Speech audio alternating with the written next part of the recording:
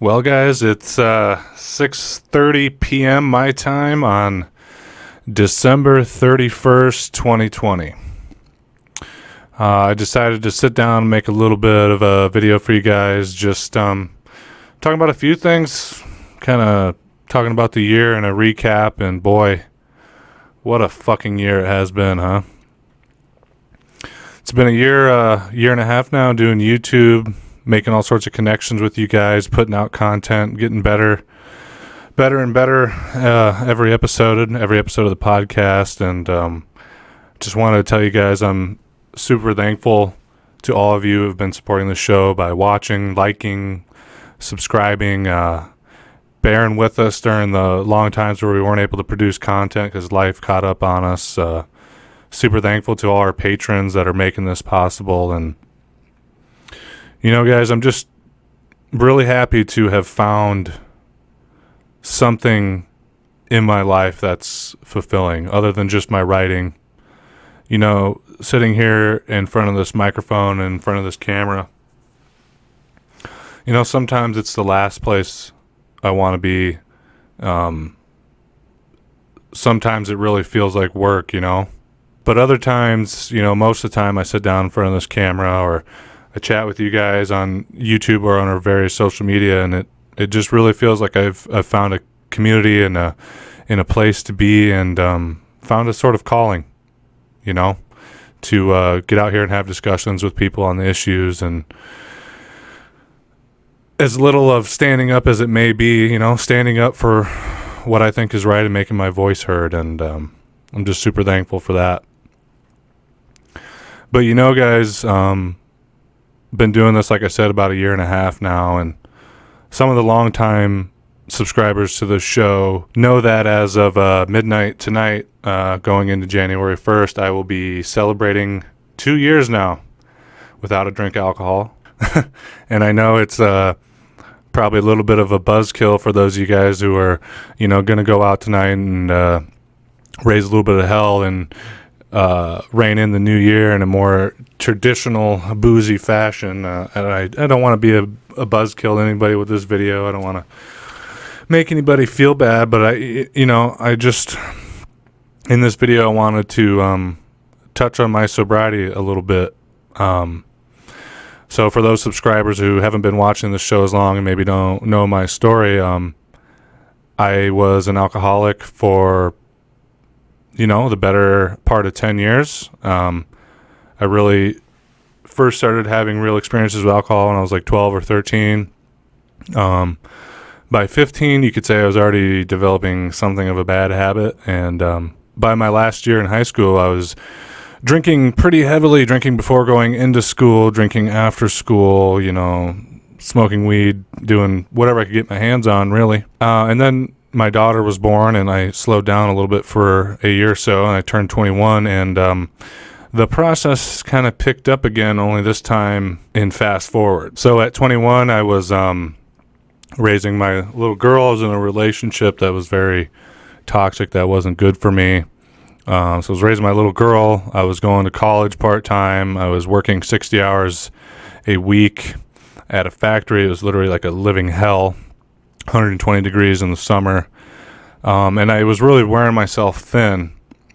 And it was about this time, you know, I'd always already had a little bit of a problem with alcohol, but at this time is when I really started to use alcohol to cope with life, with stress. And by the time I was 23, I was definitely full-bore alcoholic. By 24, I was, you know, drinking about every night.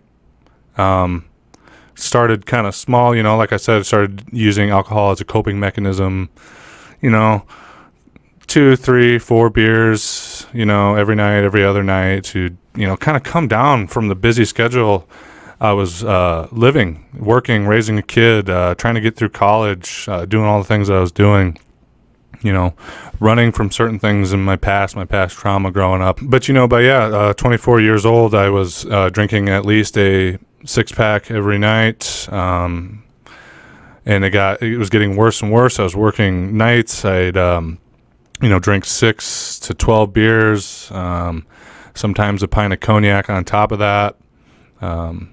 using cocaine, using other drugs, not as much as alcohol, but it was getting bad. And nobody really knew how bad it was getting because I was still doing stuff with my life. I had gotten myself through college. I was taking care of my kid. I still got up every day. I did the errands and the chores that my girlfriend at the time asked me to do.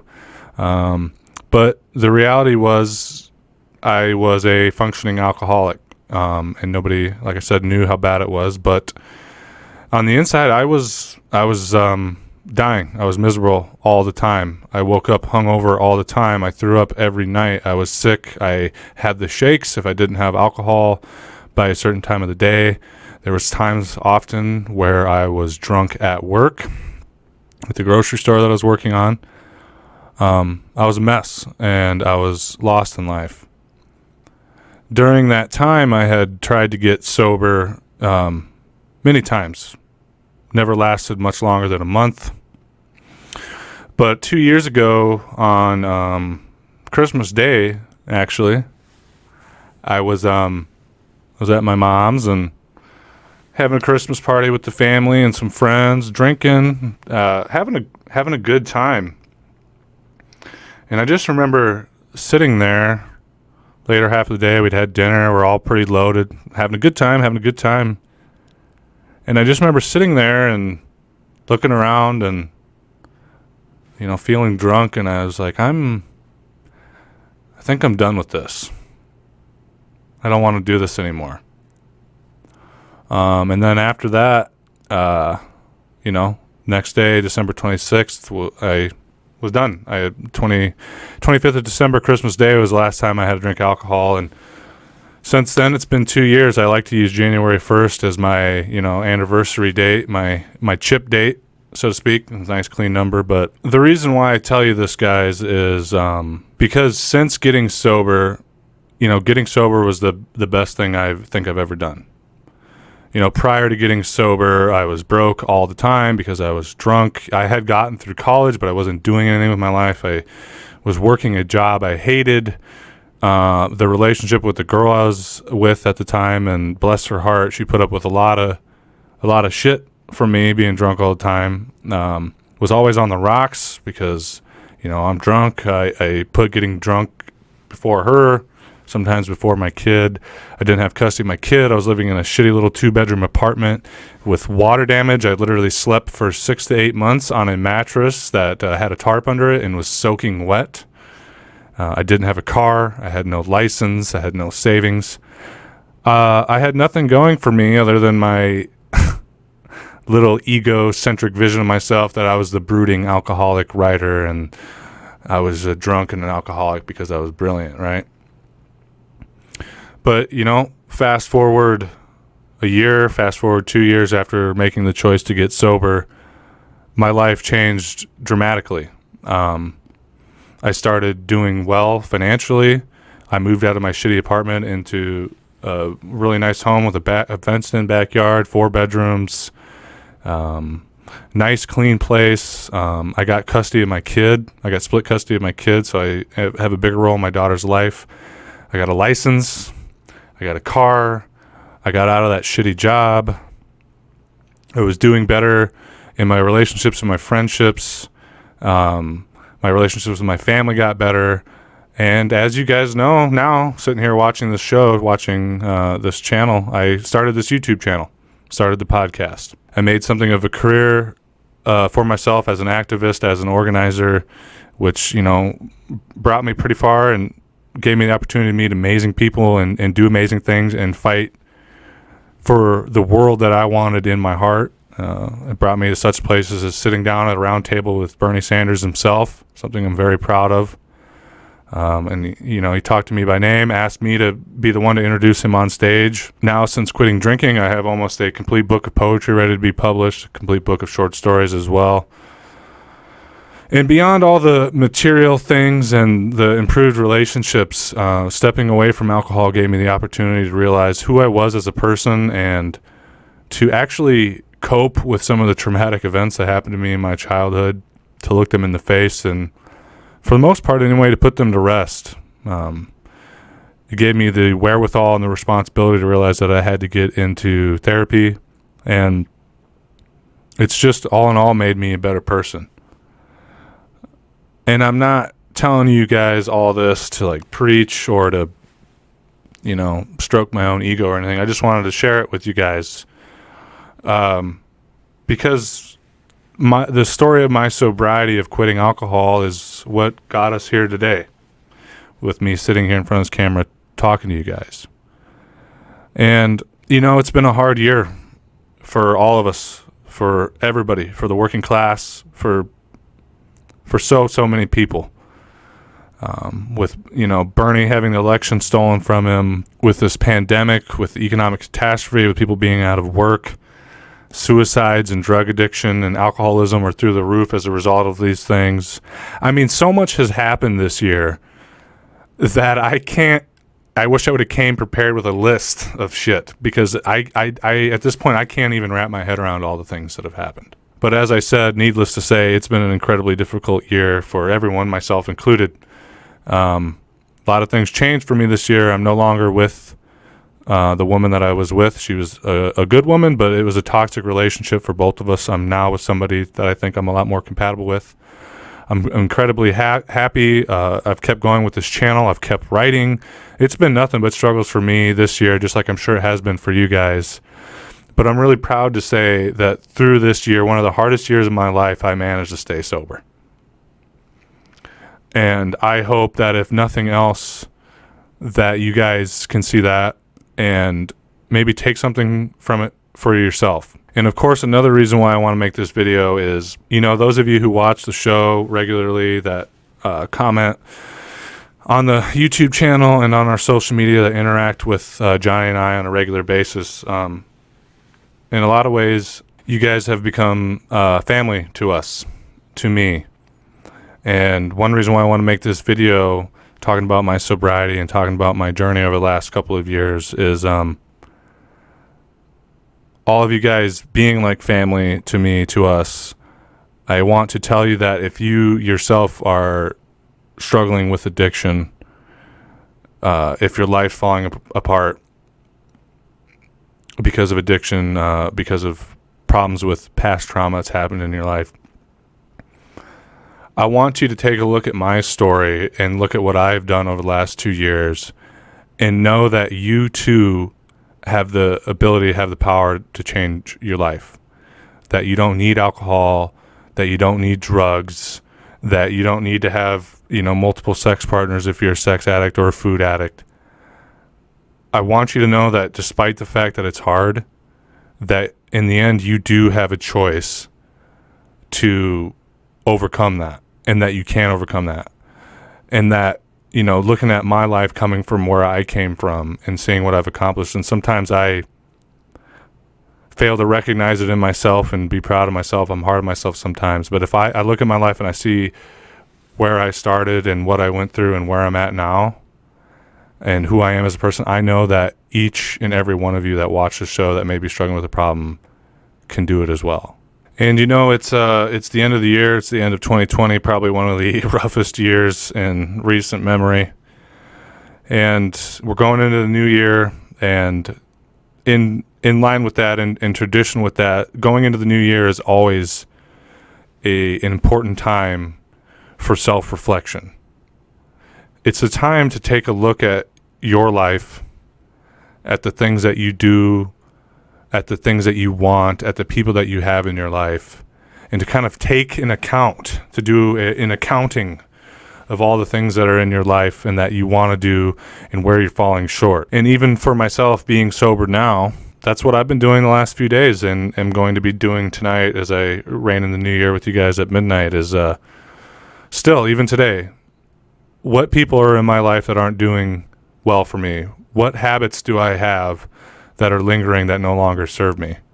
And I encourage each and every one of you guys to do that as well for yourselves.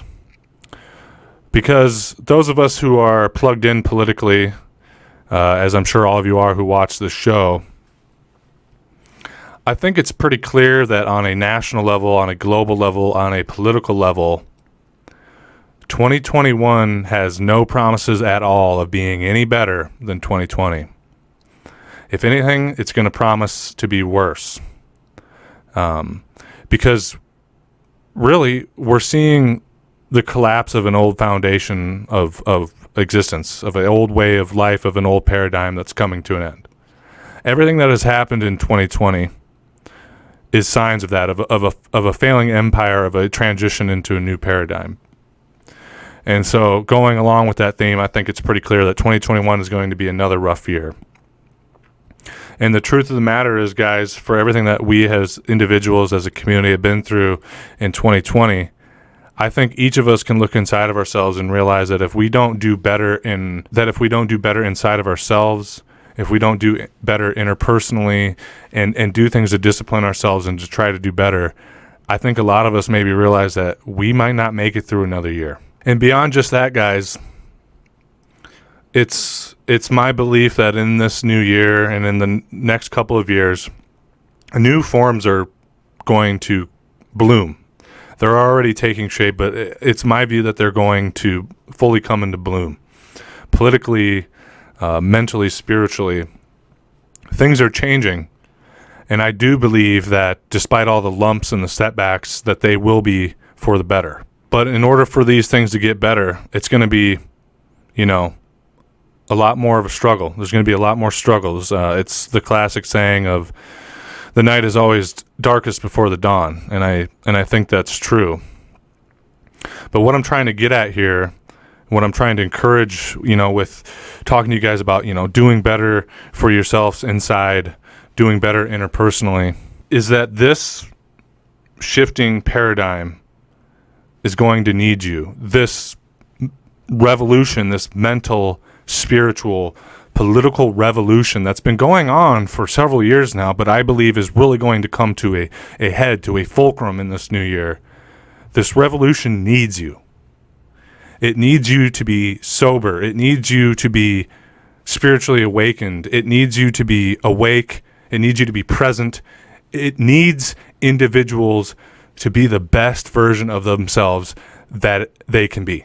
Because for all the talk that we have about mass movements and political ideologies, these movements, these ideologies do not exist without the individual. And the truth of the matter is, guys, we cannot create a better world, a more equitable world, a more just world, unless we become better ourselves.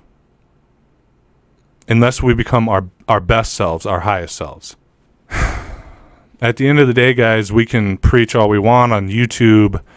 We can, vote in elections. We can march. We can protest. But unless we make decisions inside of ourselves to be the best person we can be, then nothing is going to change. Because it can't. We can't create a just society full of unjust and broken people.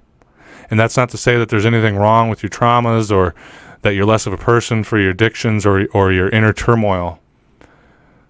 But it is to say that unless you are willing to heal and to take responsibility, to take personal responsibility for the things that you need to do to be better, then you're falling short of potentially the best possible way you can make the world better. But anyway, guys, this video is running kind of long.